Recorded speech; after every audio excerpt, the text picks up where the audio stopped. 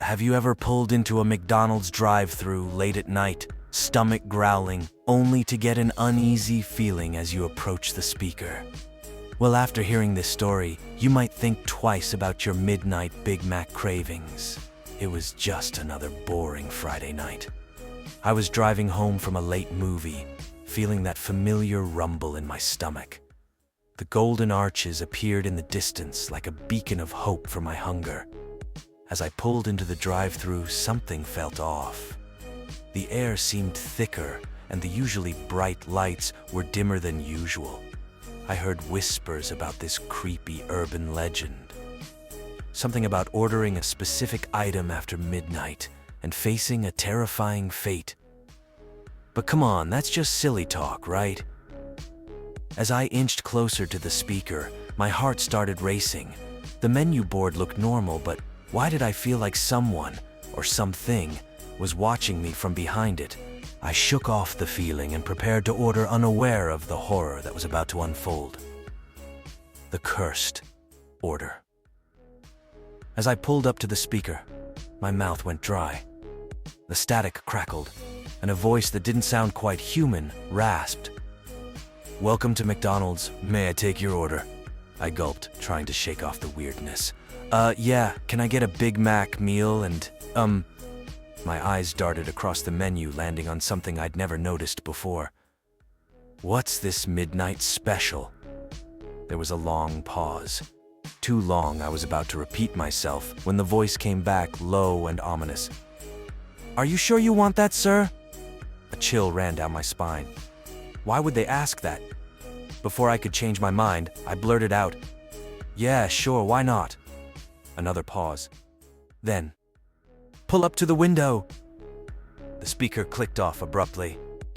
As I inched forward, the air seemed to get thicker, harder to breathe. The drive-thru window was pitch black. I could barely make out a figure inside. Suddenly, a face pressed against the glass. It was the employee, but something was off. Their eyes were too wide, skin too pale. They smiled, revealing teeth that looked way too sharp. I wanted to drive away, but I was frozen. The window slid open with a screech. The employee's hand shot out, holding my bag. Their fingers were ice cold as they brushed mine.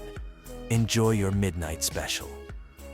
They whispered, their voice a raspy giggle. I snatched the bag and sped off, heart pounding. At the next red light, curiosity got the better of me.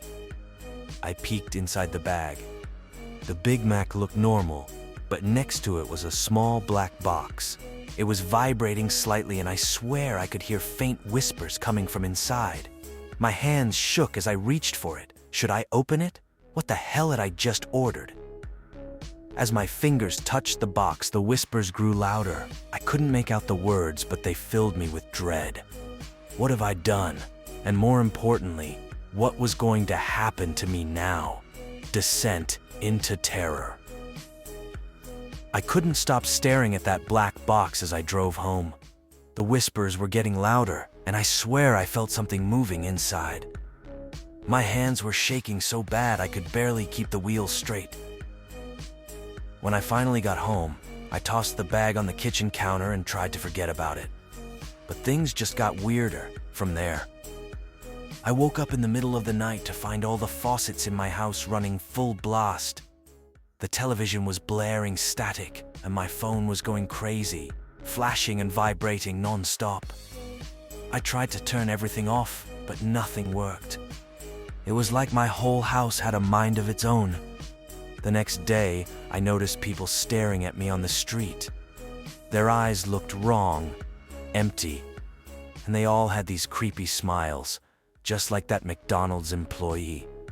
I started seeing golden arches everywhere I looked, in cloud formations, in the cracks on the sidewalk, even in my coffee foam.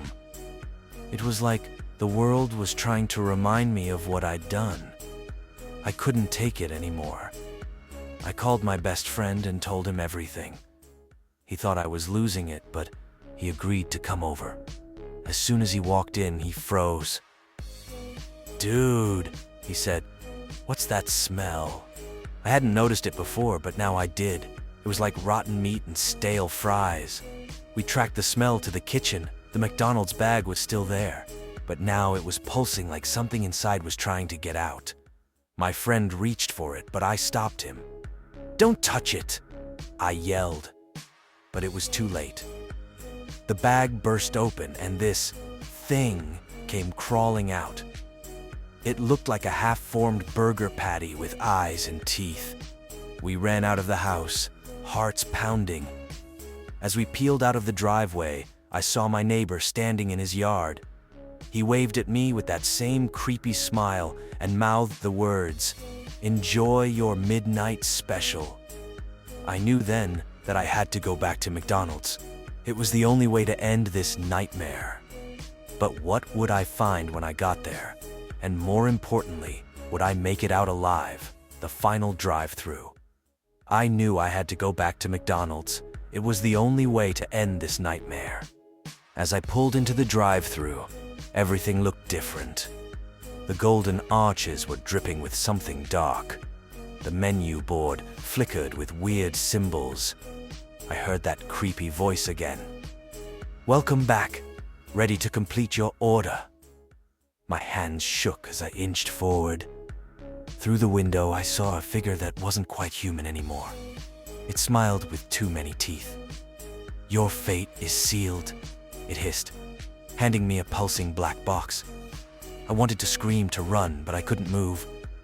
As the box opened, I realized this was my last McDonald's run ever, so yeah, maybe think twice before hitting that drive-thru after midnight. Who knows what other cursed meals are out there waiting for their next victim?